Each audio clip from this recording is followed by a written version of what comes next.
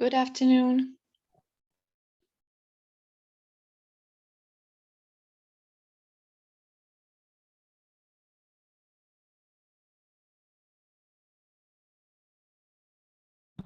Hello, everyone. Welcome to the Global Discovery organized by one of our former participants, Eleni Michael. And I would now actually mute myself because today is not about me anymore, and hand over the stage to Eleni to introduce her guest. Thank you. Thank you. Thank you, everyone, for joining us today. I am very happy to be back after attending the digital bootcamp in summer of 2020. And today I'm here to present a global discovery from California, the Farmworker project by Sean Taylor. So Sean will shortly share his screen with us and we'll talk you through of how we met, why we're here, and what are we going to present. And in the meantime, please feel free to post any questions in the chat as we talk and we'll moderate that. Thanks.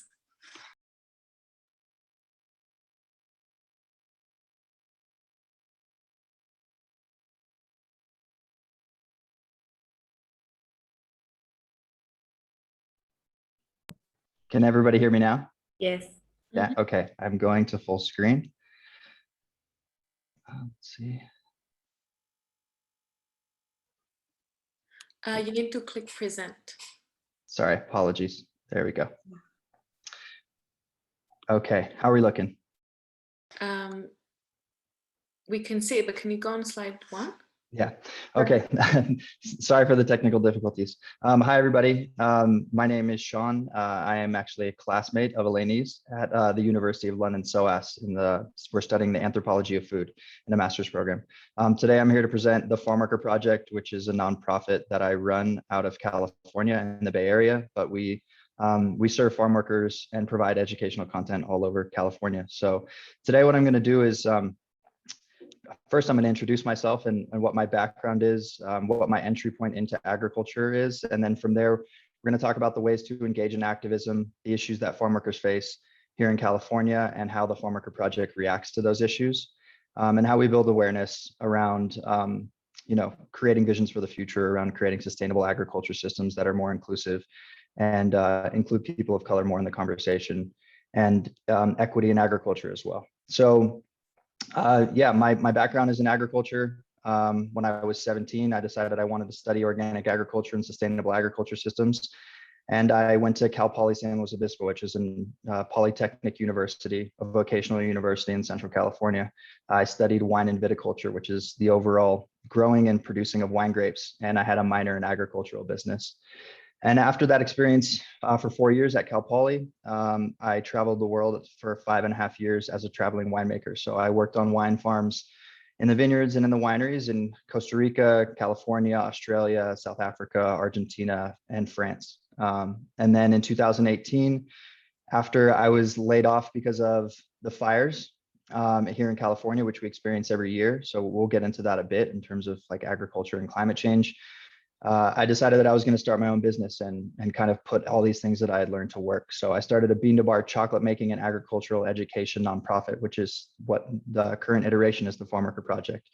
So my entry point into that was how do I kind of dupe people into understanding agricultural issues from an environmental and human perspective with really hands-on workshops. So I was taking the cacao bean and turning it into chocolate with tech companies and schools and businesses in the Bay Area doing team building workshops. Eleni, did you want to introduce yourself at this time? You can go ahead. Okay. So what the Farmworker Project does at this point is we provide educational content on Instagram. Because of COVID, of course, we can't do workshops. We provide educational content on Instagram and through our website that distills really complicated information about the agriculture system into accessible content. And we provide video content, breakdowns of agricultural laws. We provide backgrounds on where do apples come from and the history of apples. They come from Kazakhstan or in the forests where they grow in really incredible heterogeneous colors And so also any entry point into agriculture, and how you can engage with that system. But where it all started for me was understanding academic freedom. So I went to an agricultural university, and I was 18 and I was incredibly excited. I've been reading all these books. I've been reading Michael Pollan. Does anybody know who Michael Pollan is? The food anthropologist. So I was really excited. I was going to school to study the thing that I had been interested in for a long time. I know it's weird as a little kid to like be really interested in agriculture, but it's what I wanted to do.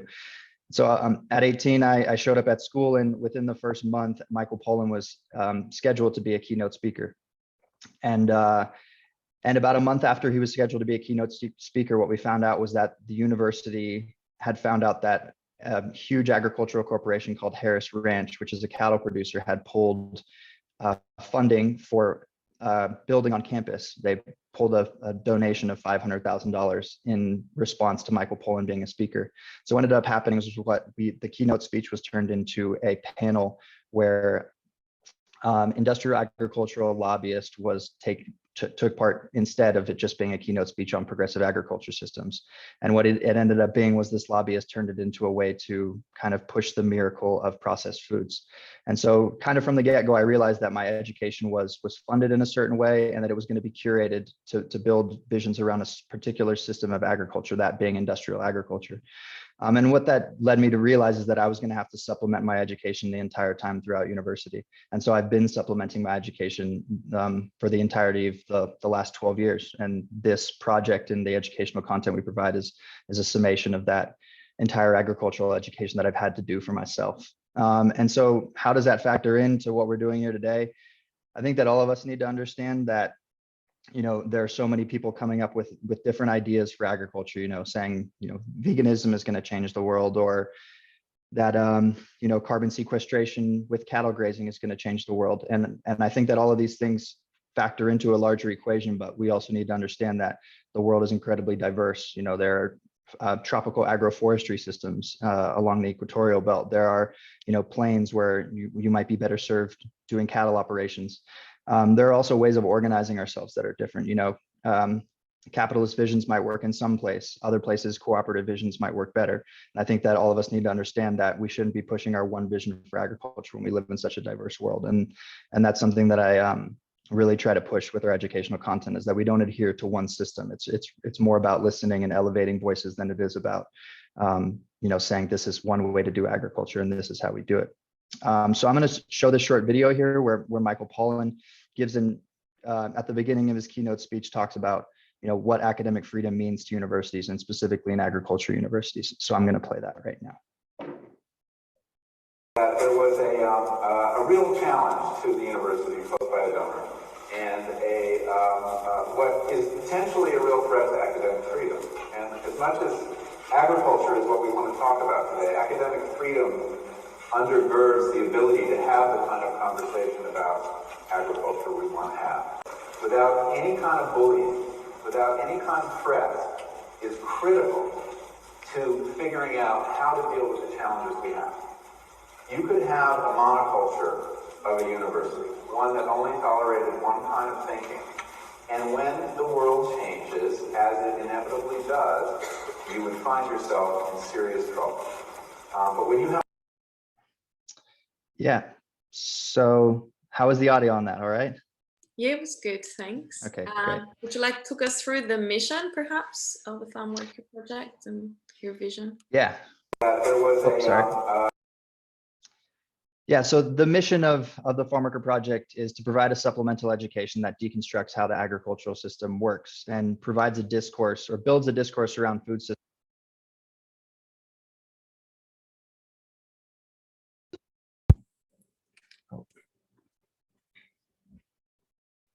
Can you hear me now, Lane?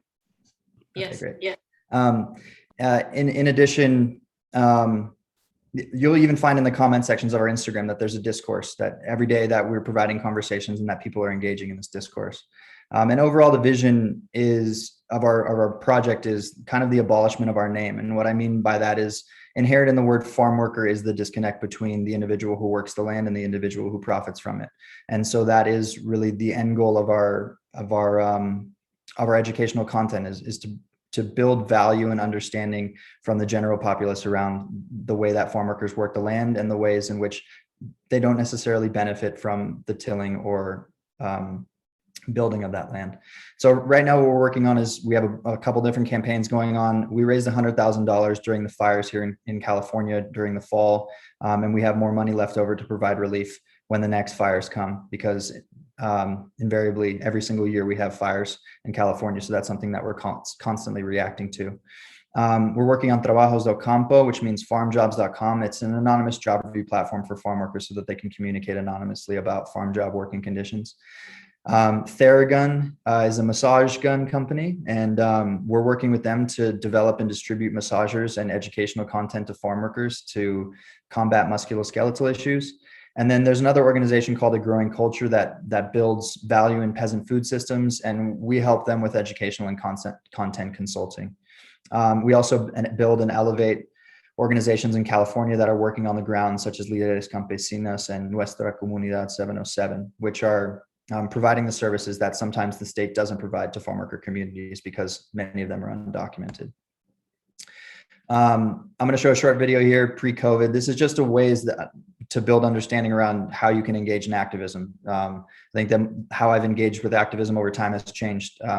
It started with working in agriculture and being a good coworker, I think. And from there, I started building out workshop content, and now I'm really engaging with the communities through mutual aid and providing services to farm workers.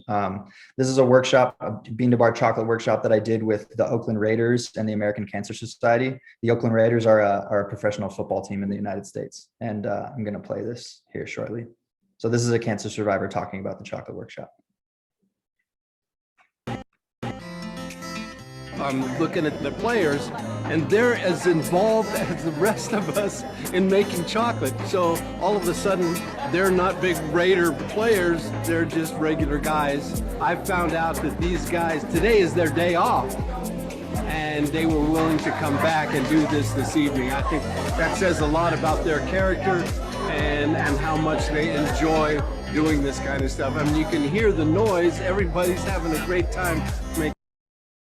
All right, so that was just a short clip, but that was a portion pre-COVID of my life where that's what I was doing every single day, was just going out in the community and teaching chocolate workshops and just talking to people. And it's been incredibly important and informative in terms of being able to communicate these issues. And yeah, I think overall what I'll end up being is a teacher, and this is just another portion of my life that we're at the current moment. So overall, what issues do farm workers face? What does the populace look like? And I'm hoping that some of this information that you all see here can be used in maybe some of your projects that you're working on during this program. And you can head over to our Instagram to check out some of that content, and hopefully it can provide you the education and the background that you need to produce projects. So there are 2 to 3 million migrant farm workers in the United States at any given time. The USDA, that's the United States Department of Agriculture, report that half of farm workers are undocumented.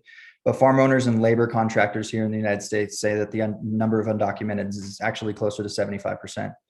So what does that undocumented status mean? That's what we're going to try and contextualize here. And I believe that undocumented status and an expensive and traumatic migration make farm workers more willing to think twice about organizing, speaking up about labor issues, taking days or a minute's rest.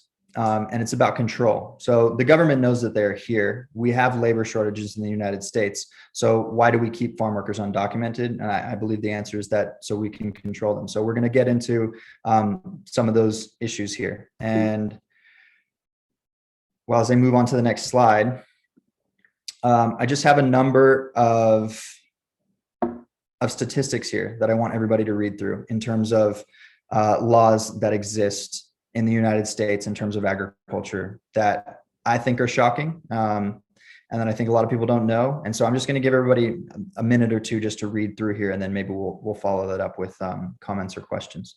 So I'm going to set a timer for 2 minutes and just maybe read through these.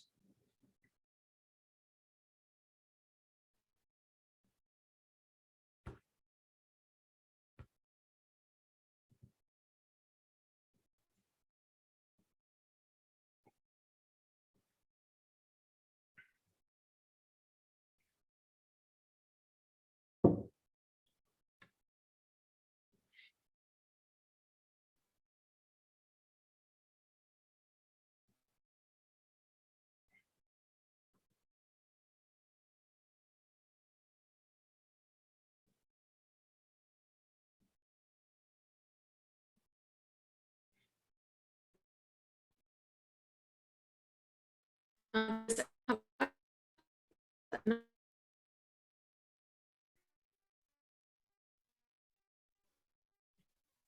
see some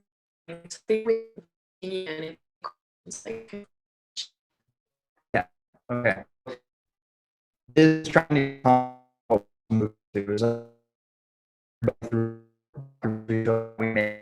farmer in California named Mama. Indigenous farmer,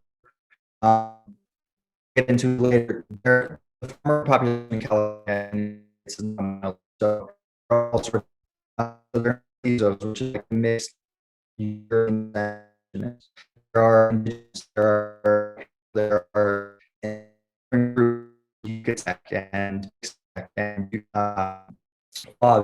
and all sorts of different indigenous languages. It came to the United States from small just 13 years ago, and he's been working on just north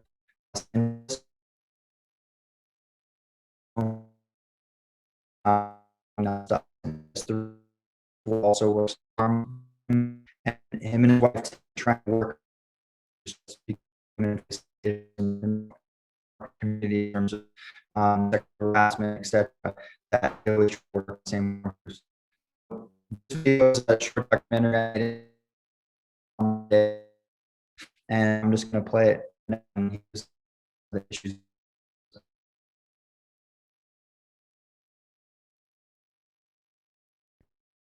Para toda la comunidad les voy a decir que nosotros también somos una comunidad, ¿verdad? Campesinas, mano de obra, pero más sin embargo, de aquí cuando venimos, la razón es que venir a trabajar, no robar el trabajo que está aquí, ¿verdad? En el campo. Simplemente es, si nos dan el trabajo en el campo, pues lo trabajamos. Si nos dan un trabajo en un restaurante, un hotel o en X lugar, lo trabajamos.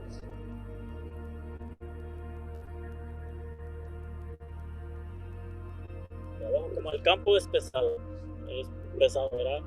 ¿Por qué? Porque tienes que acostumbrarte al clima, el tipo de terreno, ¿verdad? No todos tienen esa misma capacidad de soportar lo que es el campo, levantar la cosecha. Diferentes tipos de verduras, las que llegan a la mesa.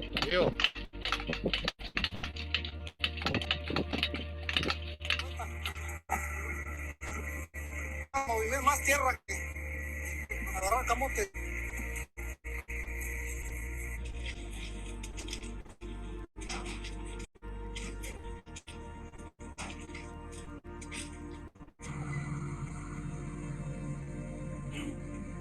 Muchos como campesinos somos humildes, ¿verdad?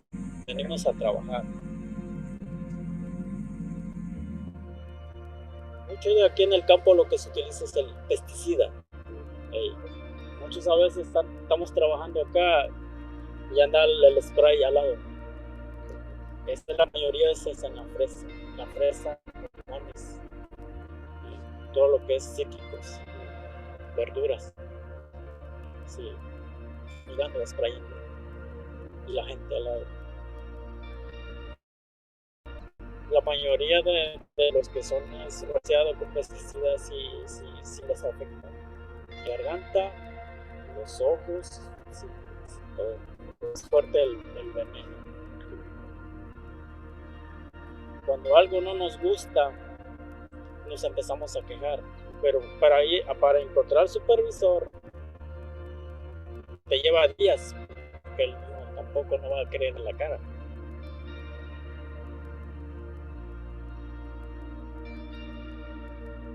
Cada final de una temporada, lo que hacen es que ya no te vamos a aceptar por el sistema. Ya no te vamos a aceptar fácilmente. Es el sistema de ellos.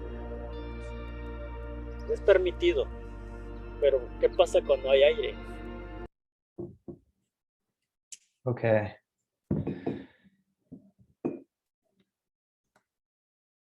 So moving out from there, in terms of understanding Amadeo's story, we've talked about generalized statistics around farm worker population. Over 70% come to the US from Mexico. Then we've seen Amadeo's story where he kind of like intimates what sort of issues he faces at the farm level. So where we're going to go from here is, why did Amadeo have to migrate? And was it a choice, or was it economic coercion? And what I want to discuss here and argue is that immigration problems are not immigration problems as governments present them. They're natural byproducts of misguided efforts in global development. And so we're going to talk about this specifically in the ways that Amadeo's indigenous community in southern Oaxaca has been affected by global development, our misguided global development. So the Kyoto Protocol, some of you may know what that is, maybe not, but the Kyoto Protocol was signed in 1997. It was a joint effort by some nations in the global north and global south to build towards reductions of greenhouse gas emissions and generally moving towards building a healthier planet. And what that involved in this case was Mexico signing on in agreement with the Kyoto Protocol to build out wind farms in Mexico. So quickly here, I'm gonna give you just 1 second. I'm going to read over a quick quote that talks about how this injection happened. And so after the Kyoto Protocol signing in 1997, the Mexican government authorized the development of at least 14 wind power projects on the Isthmus of Tehuantepec in southern Oaxaca. And that is the area where Amadeo is from. It's one of the poorest states in the country with more than 34% indigenous population. These projects are backed by international investors, including the Inter-American Development Bank, and they benefit from the clean development mechanism of the Kyoto Protocol. Some of the investors in this situation are the Macquarie Mexican Infrastructure Fund, which is actually part of an Australian investment bank, Mitsubishi Corporation, and the Dutch pension fund, PGGM. So what we see here is that who is benefiting from these wind farms in southern Oaxaca are not the farmers. That Dutch pensioners are actually benefiting from the profits that come from these farms. So what does that mean to Amadeo, and what does that mean in terms of the options that it holds for or provides for him? Here's a quick photo of what southern Oaxaca Tehuantepec looks like now. This is cattle farming with huge wind turbines in the background. So in 2020, on the Isthmus of Tehuantepec, where all this development is happening for wind farms, 15 indigenous people were killed in a brutal attack by what were called local thugs, but from the outside, it looks like that local government officials who had been pushing these wind farms in cooperation with these corporations in some way contributed to the death of these indigenous activists. And we call them activists only in the sense that they were trying to build a discussion around maybe, maintaining their livelihood in a farming economies. And these wind farms came into their local agricultural economies and totally shifted the way that things worked. So some quotes here from individuals who worked in the area in Tehuantepec. It says, like other residents, she listed the rumored ill effects of the wind farms, people left with rashes and coughs, depleted groundwater, and cows that will not calve. And not everyone has prospered. Wind farms create a burst of employment during construction, but much less after that, experts and residents said. So what we're doing is contextualizing forced labor. Is it migration or is it economic coercion?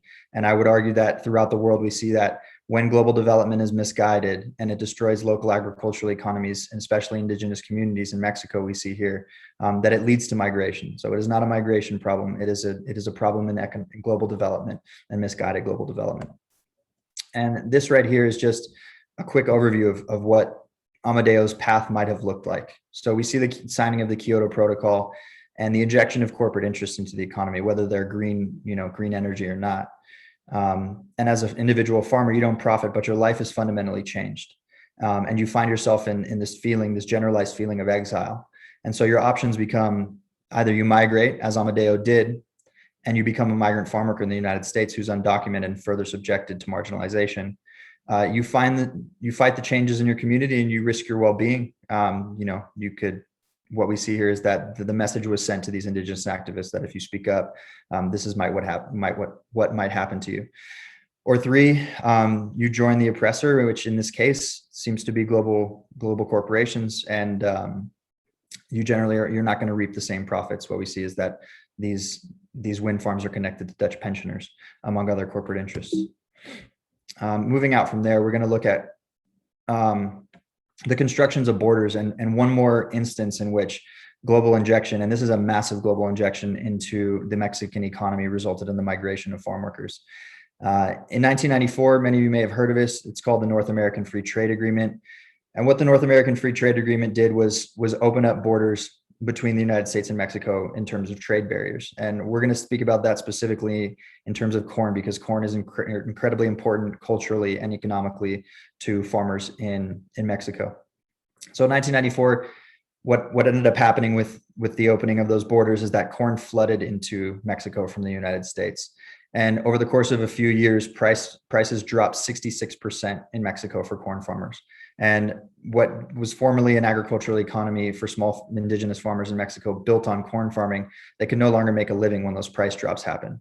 Partnered with the flood of American corn into Mexico, for example, 95% of the corn in Kentucky is now exported to Mexico. So it basically destroyed indigenous farming economies.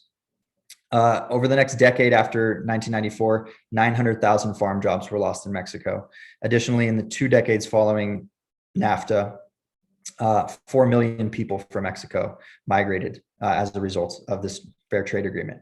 So what we see is a mass migration caused by these fair trade agreements. And in reaction, in 1996, Bill Clinton signed in 1996 the Illegal Immigration Reform and Immigrant Responsibility Act.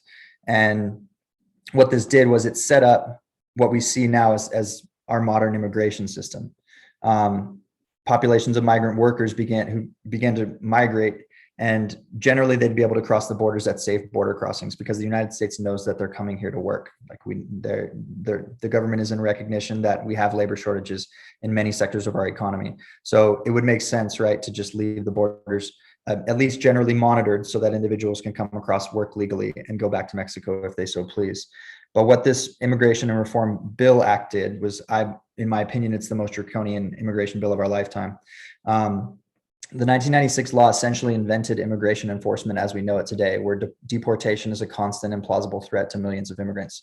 The law also made many immigrants subject to mandatory detention while their immigration cases were being decided. It also put into effect more strict policing of borders that resulted in the need for migrants to pass through dangerous desert border crossings and resulted in at least tens of thousands of deaths. So that border crossing, what does it mean? I will argue that this migration is necessary to provide this sorts of control that it needs to keep farmers on farms, because it's such a hard job that ideally you'd be able to work your way out of that position. But when you have these economic inputs in terms of migration, when you have the traumatic experiences that comes with taking a journey across huge deserts, you have to pay coyotes, which are border facilitators, and you pay them tens of thousands of dollars. You might have your things stolen at the border and never make it there. It might be your 3rd or 4th trip to get to the United States. And so once you get to the United States and you're working on this farm, there's so much built up trauma, and that you're saying to yourself, I got this job, I got to stick with it, and not only that, you're paid so little, and we'll get into the payment later, that you're subjected to this sort of work only because you're economically marginalized, only because you're traumatically marginalized by your migration. This picture here on the left is of a group called Border Angels. And what Border Angels do is they head to desert crossings where migrants have been forced to cross in really dangerous areas, and they drop water and they drop food and they drop clothes for migrant workers who are trying to cross the border. And what this water bottle says here is "Tu vida vale," which means your life is worth something. And then here you can see the migration of why Amadeo hasn't gone back in 13 years, in addition to the border crossing being incredibly difficult, is that it's a really long way from home. Here's a quick breakdown of what a migrant farm worker migration timeline. So if you want to just give that a quick look for about 30 seconds, and then we will move forward.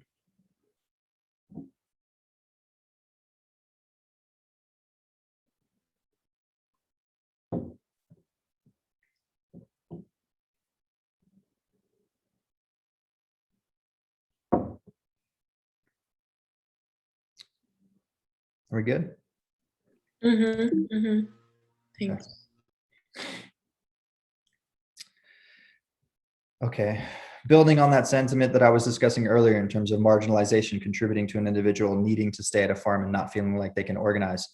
In the 1970s, the United States had ended a guest visa worker program called the Bracero program. And we had massive labor shortages in the United States. And so the government decided that they were going to push forward a program to take white rural kids from the central part of the United States and put them on farms in Arizona, Texas, and Mexico to come pick crops on a seasonal basis during the summertime. And they were asking for, you know, the quintessential white American, like football player, high school athlete. And what ended up happening was very quickly when these we're not going to call them farm workers, potential agricultural workers got to these farms, is that they realized that the conditions were terrible, that the housing was terrible. And very quickly the program failed as many of these high school students walked off the farms. And this is a quote from a Detroit journalist in the 70s that I think captures this sentiment really well. Dealing with crops that grow close to the ground requires a good deal stronger motive than money or the prospects of a good workout, like, for instance, gnawing hunger. Okay. So I think that says a lot about, you know, the job is so hard that you need to be marginalized in that position. Something has to be keeping you there. And for more context on the ways that global North governments, we use the term global North to mean the hegemonic or dominant countries in the North. Right now we're talking about the United States and Europe. What happened during COVID was that the UK closed to many migrants and many other, European countries. And so they had a dearth of farm harvesters. And so instead of going out and getting UK citizens to do the work, they ended up flying Romanian citizens in to do the work. And I think that says two things about the situation. Is one, it's probable that the UK didn't want UK citizens to know what it's really like to work on farms in the United Kingdom. And the second is that when it comes to getting workers, the UK and the United States, when it comes to an emergency, the UK could just charter a flight and have Romanian pickers flown here or flown to the UK. And what I would argue is that the United States could probably do the same thing. When we consider that 40% of farm income in the United States comes from subsidies, the question becomes, why can't we provide migrant farm workers with a path to get here that provides them safe travel? And the government would argue that they do, that they have an H-2A guest visa worker program, that this guest visa worker program is incredibly flawed. And what I think that it actually does is it creates division between undocumented workers that have already been here in the United States for a while, doing the work and feeding our country, and the H-2A workers. So we need a path towards citizenship for undocumented workers.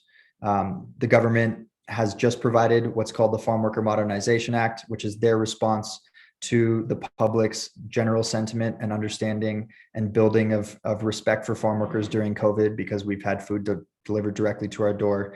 But I think the Farmworker Modernization Act is incredibly flawed, and you can head over to our Instagram to find a breakdown on what that act looks like.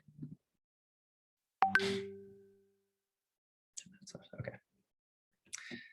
I've kind of discussed this earlier, but undocumented status, fear, divisions in the agriculture community make it difficult to organize. Less than 1% of farm workers in the United States have union membership. And I would argue that there's divisions within the farm worker community that are created by design that leads farm workers to not be able to organize. So we have American citizens, we have naturalized American citizens of Mexican heritage.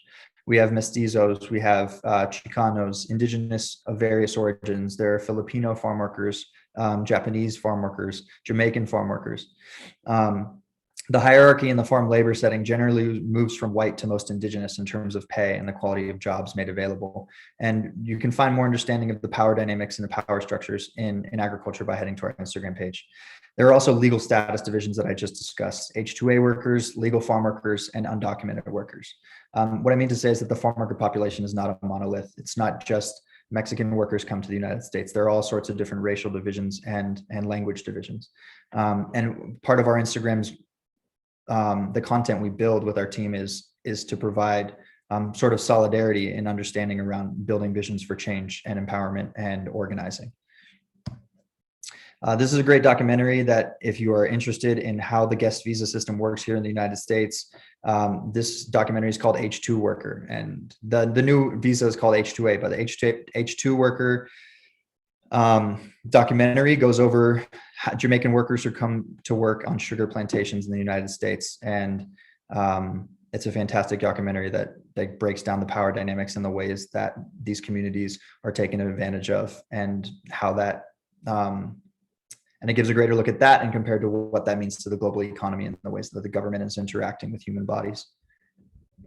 So check that out. It is really fantastic. Also, Life and Debt, her other documentary, is definitely worth a watch. This is one final thing on farm workers before we get on to global issues and wrap up. Farm workers' rights are constantly being eroded quietly. And so what's happening right now or over the summer is that the Supreme Court is voting to crush what is left of farm worker unions. Less than 1% of farm workers in the United States, like I said, are represented by unions. The United Farm Workers, which was the biggest union, which was led by Cesar Chavez, who was a labor organizer in the United States. They've kind of become an acting arm of the state government in the United States to be the government's chosen authority on farm worker issues. They don't have much radical to say in terms of really building towards unionizing farm workers. And so this vote that happens over the summer, the Supreme Court is going to vote to disallow union organizers to go onto farms. And they're pushing it as though this is protecting farmers from infringement of private property rights. And what it's really going to do is it's going to give farm worker unions even less access to farm workers. And these big farms who are pushing to keep unions off of farms are saying that unions now have access to smartphones and media content that they can provide to farmers to get them to join unions. But the reality is that indigenous farmers are coming more and more to the United States, and a lot of them have issues with literacy, even in Spanish. They speak indigenous languages. So, I mean, this is a massive erosion of further rights for farm workers that we need to be following. Here are another couple documentaries for those who want to dive in. Food Chains is about the Coalition of Immokalee Workers, which is a worker organized fair food program. So it's like fair trade or equal exchange, except that it's organized and the stories are told directly by the workers. They communicate with corporations to increase wages for farm workers.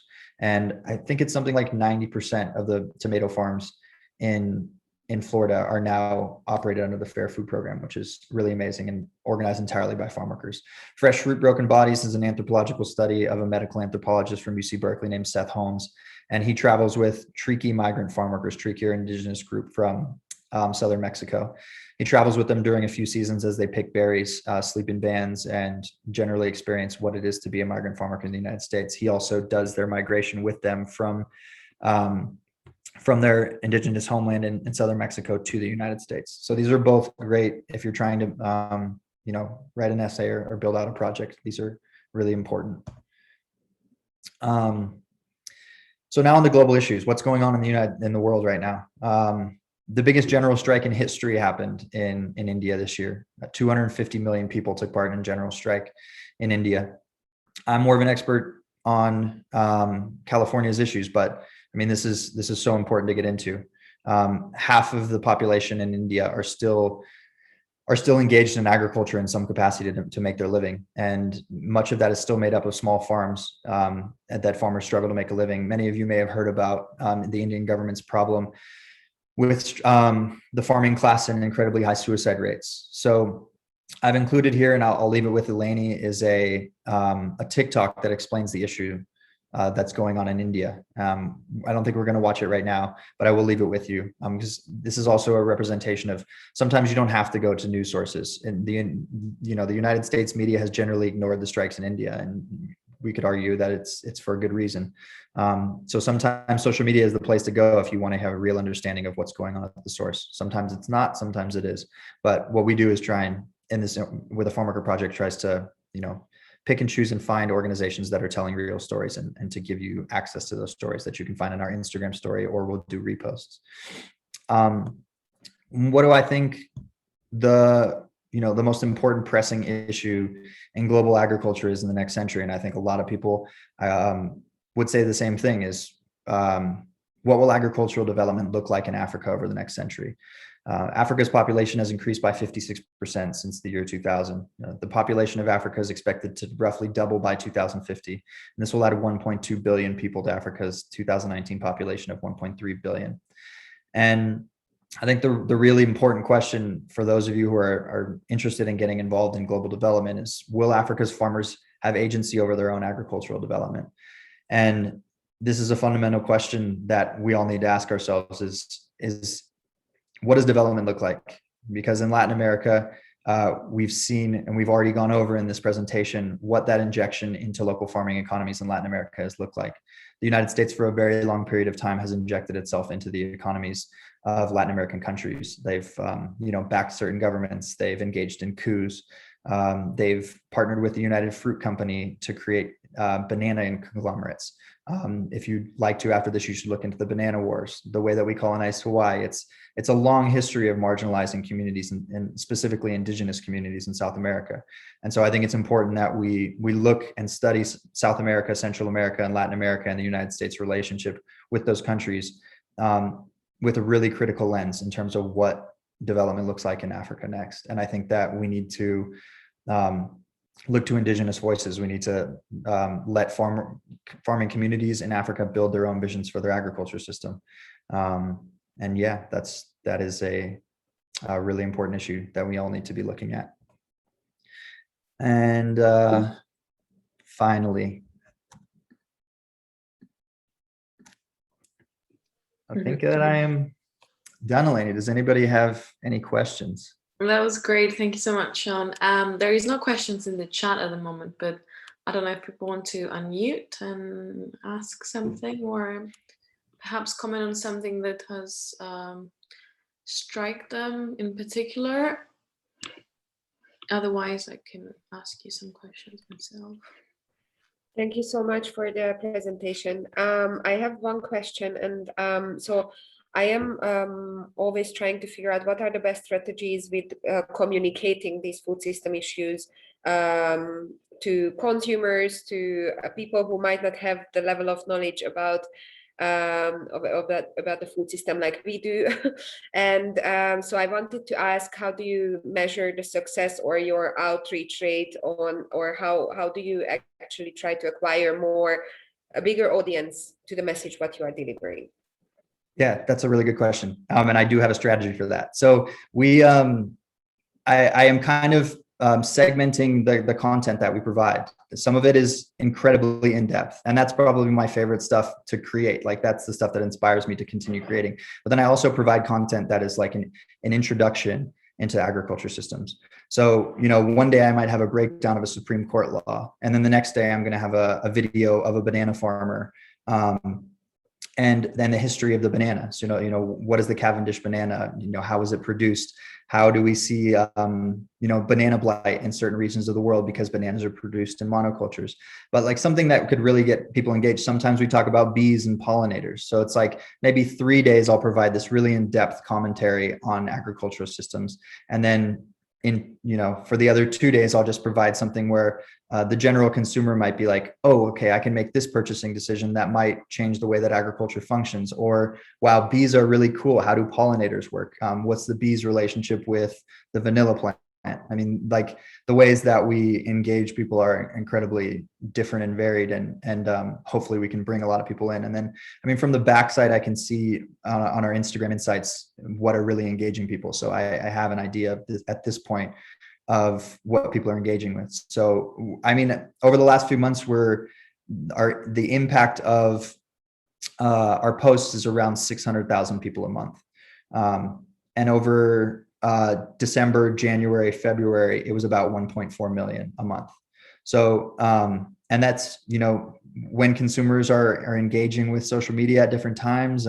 Sometimes our posts are doing better. Over the Christmas season, we had a post where we talked about the Christmas tree industry's impact on farm workers. And so like that, those posts did incredibly well. And we had some amazing videos where farm workers were chopping Christmas trees one by one. So yeah, it's a learning process, and I'm educating myself at the same time that I'm learning to educate and distill complicated information into really like simple, digestible content. Was that sufficient? Yes, definitely. Thank you. Okay. If we have another moment just for a last question, Julia. I wanted to ask you, Sean, if you feel that there is an optimistic side to this, that looking forward, do you think there's some actions being taken either by government or some other NGOs that are really helping this change? Yeah, I mean, I'm hopeful. I mean, I'm hopeful and critical, which is, I think, the two things that we have to be. I see a lot of organizations that are doing the work, and then I also see governmental organizations that are taking heed to what's going on and like really listening and I mean, my hope is in individuals like are in this group, you know, people that are just taking part and really building and understanding. And I feel like I'm a small part of that conversation. And like, I see this as, you know, I'm not building towards, you know, trying to provide a TED talk. It's more like when we develop these conversations, what sorts of questions are people asking after these that lead them towards better understanding around creating visions for the food system. And so that's why I don't stand on any one platform. That's why I'm willing, you know, to listen to everybody and anybody and not critiquing anybody in a really aggressive way, even though, you know, sometimes people need critiquing, in the same way that fair trade and food labeling organizations have to go to the supply chains and say, you know, this is what's going wrong. I feel like part of our organization is to go to other organizations and say, okay, maybe we could build on this. Maybe we can change and provide something that builds better for people of color and for environmental impact at the source, which is at this point global South, producing commodity exports to the global North. Thank you.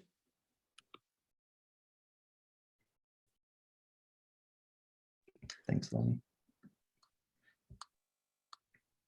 I wonder if we have any other questions at this stage, or otherwise we can close the session. In the meantime, you can see our information here, contact information. You can get in touch with us either on Instagram or LinkedIn, and also our email accounts, of course. Cool. Thank you, everybody. Thank you. Thank you so much for this Thank space, you. and thank you, Sean, for the presentation. You're welcome. And if anybody wants to get in contact with me, you can email me at sean@thefarmworkerproject.org. And head over to our Instagram. The point of our Instagram is so that if you are creating projects, that you have some information to start with. And we have all sorts of citations and bibliographies where you can find anthropological studies, sociological studies, good articles and such. So that's what it's there for. Use it. It's free. So yeah, thanks everybody. Thank you. Thank you. Thank you. Goodbye. Thanks. Thank you.